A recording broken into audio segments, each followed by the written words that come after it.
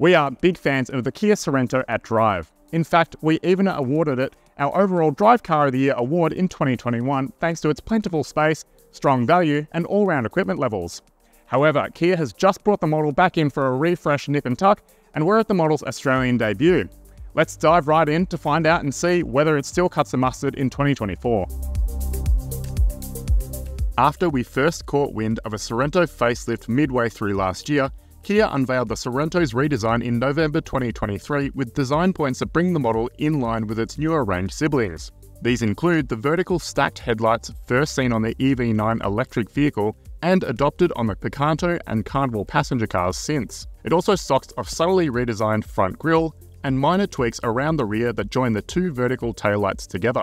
Top-of-the-range variants get bigger screens inside the cabin, running the latest in Kia and Hyundai software, plus more USB-C ports as well as wireless smartphone mirroring. Engines stay the same, meaning a choice of either a 3.5-litre petrol V6 or a 2.2-litre 4-cylinder turbo diesel engine. This choice of powertrain is available on all 4 model grades as before. Prices are up by at least $3,000 compared to the previous generation, with a range kicking off from $50,680 before on-road costs for the Sorento S. Then comes the Sorento Sport and the Sorento Sport Plus. But the most amount of money you can spend on a Kia Sorento is $68,590 plus on-road costs, and that's for the flagship GT line variant with a diesel engine. Like before, this new Sorento will eventually come with fuel-sipping hybrid powertrains, but none yet as of this car's launch. These powertrains are expected to come in the second quarter of 2024. You can see by looking at this car, the GT line variant, that it's much more evolution rather than revolution. Now you'll see these T-shaped headlights that first made their debut on the Kia EV9, or a version of. They are the defining aspect of this car, and it's also got a bit of a bigger grille as well. Now, to me, I think I prefer the predecessor's looks. They just look that much sharper, but let me know about what you think of the car in the comments below. As we walk down the side of the car, little is changed. It comes with 18, 19 or 20-inch wheels depending on specification, but these design hallmarks of this little motif here near the side mirrors, that's unchanged. And as you walk further back, you'll see the reverse shark fin here on the C-pillar. The rear of the new Sorento now has tweaked tail light clusters that are now joined together at the top, and the rear bar treatment is subtly revised in its design, and it looks just that little bit cleaner as well. Inside the cabin, this Sorento experience has undergone similar incremental changes, but I personally like that fact because it has always been a functional space. I love the fact that Kia is stuck with these too big to miss door handles, which are really easy to use, and you also get a broader array of mood lighting as well. Now this GT line model grade does get a panoramic sunroof, which lets in a lot of light and feels really nice inside this cabin. In terms of equipment, this GT line model grade gets heated and cooled front seats with this lovely Napa leather. It's also got 12.3-inch displays on the dash, a digital rear view mirror, and a 12-speaker Bose sound system.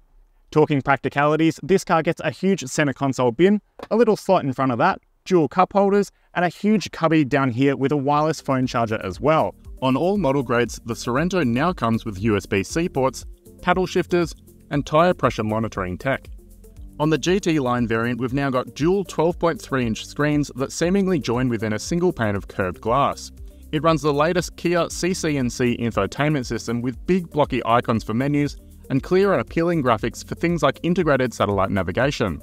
The system now has the capability to run wireless Apple CarPlay and Android Auto after lagging behind its competitors. There is a configurable digital instrument cluster to view all kinds of drive-related information, or you can also read certain readouts on the colour head-up display. Now this car does come with Kia's speed sign recognition technology, which we've had a few issues with in the past on false reporting.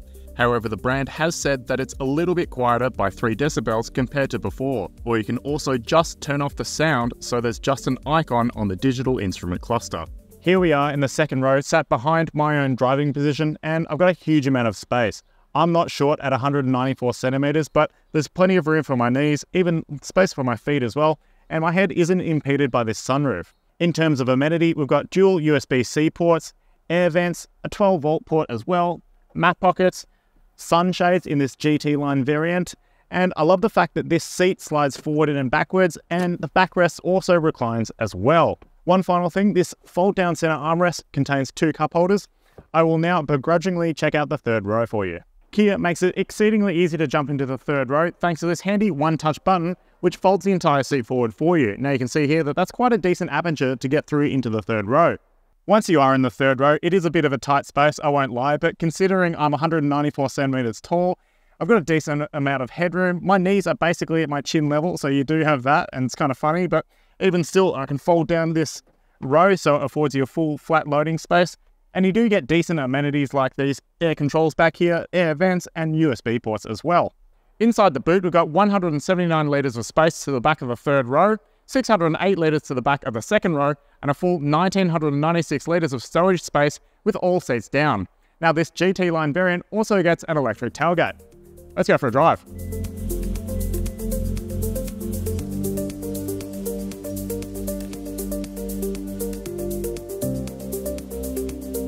Well, here we are inside the new Kia Sorento PE, that is product enhancement.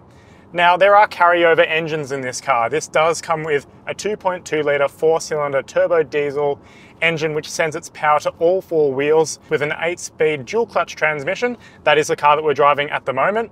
The option of a petrol car remains with the 3.5 litre V6 engine. That car sends its power to the front wheels, and instead of using the diesel car's 8-speed dual clutch transmission, that car uses an 8-speed torque converter automatic. We spent time in the petrol V6 car earlier today, and in general it's feeling a little bit out of its depth in something so big like a Sorento. You sort of put your foot to the end of the throttle just there, and it results in acceleration, but there's not a whole lot of torque. So especially if you're carrying big loads or you're even towing, you'll definitely want to go for this diesel car.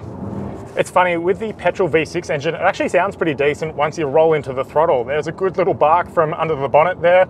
And while this is 100% the better car for towing and hauling bigger loads, the petrol engine does its best work around town. Now, we are out in Yarra Valley at the moment, and going up through twisty bends and that sort of thing that you'll see around the hills, that is far more suited to a torquier diesel engine, and this car has been a highlight.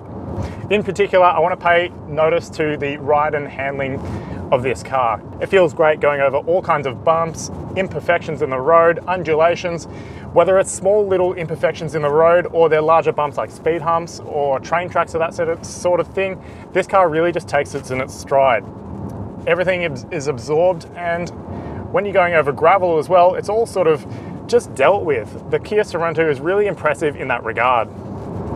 Another thing which I noted when I first drove a Sorento a few years ago is, and it remains the same on this car, is the amount of refinement in this car is really impressive. Now, I can't hear that much wind noise coming through into the cabin. There's not that much tyre noise as well.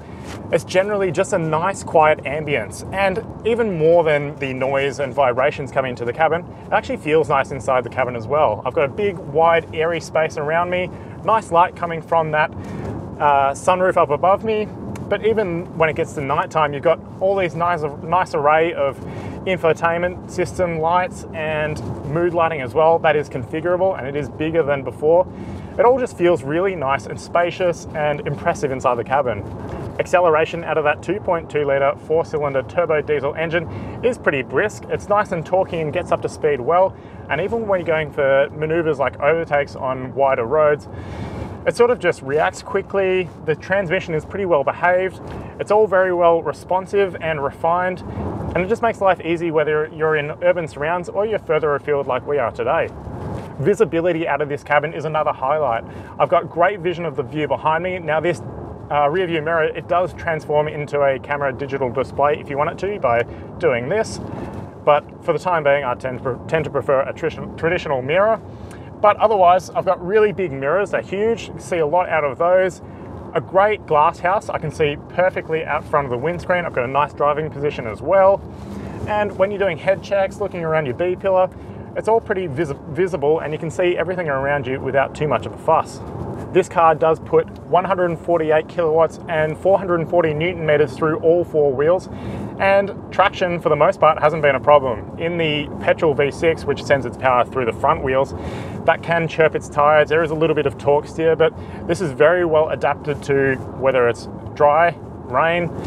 This car is the much better car and powertrain for putting power down to the road.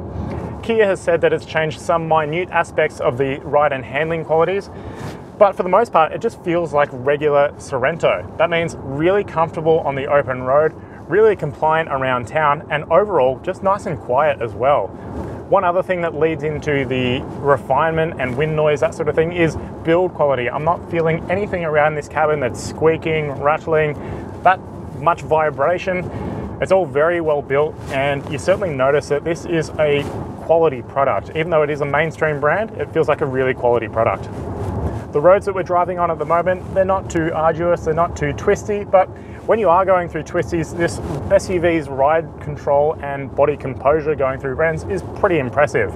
Now, it won't get upset by mid-corner bumps, it doesn't throw the car off line, and traction coming out of a bend is really impressive as well. No one's going to be driving this car like a sports car, but then again, it is pretty handy when you're sort of leaning on the throttle and getting up speed as well. While we are out further afield at the moment, our drive experience actually started in the heart of Melbourne and in a particularly busy underground car park. Now, I'm not sure if you've ever driven a large SUV through a small car park, but it's not the easiest experience. Even still, this was pretty easy to thread around corners and around pylons as well. And it's actually quite easy to maneuver into a space. Now, maneuverability is easy thanks to a light steering weight, but it's not at the expense of feel either. I can sort of get a little bit of information of what the wheels are doing underneath, and there is a little bit of feel translated through this rack, but overall it's a nice, easy car to handle, and it's not arduous whatsoever. In terms of my immediate cabin environment, I've been able to organise myself a nice, easy driving position. I've got a good perch over the bonnet ahead, but I'm comfortable in this seat as well. They're actually quite comfy and plush seats. One thing I do wish it had was a little bit more side support around my thighs here, but for the most part, it's a very comfortable car and you are supported to a decent extent. At the moment, I'm looking at this 12.3-inch digital instrument binnacle here in front of me, and it's showing the fuel economy of around 7 litres per 100 kilometres, and that's in this diesel 2.2 litre 4-cylinder car. Now, that's pretty decent. That's what we like to see from a diesel car, but when you switch to the petrol V6 car, that's doing around 13 to 14 litres per 100 kilometres, which is very thirsty. But that leads me into my final thing. I definitely think that the diesel car is the better buy out of the two. Not only are you getting a bit more fuel economy out of it, it's actually the more tractable across the board as well. So whether you're going further out of town, it's not going to feel out of its depth, and overall it's just a nicer, refined experience.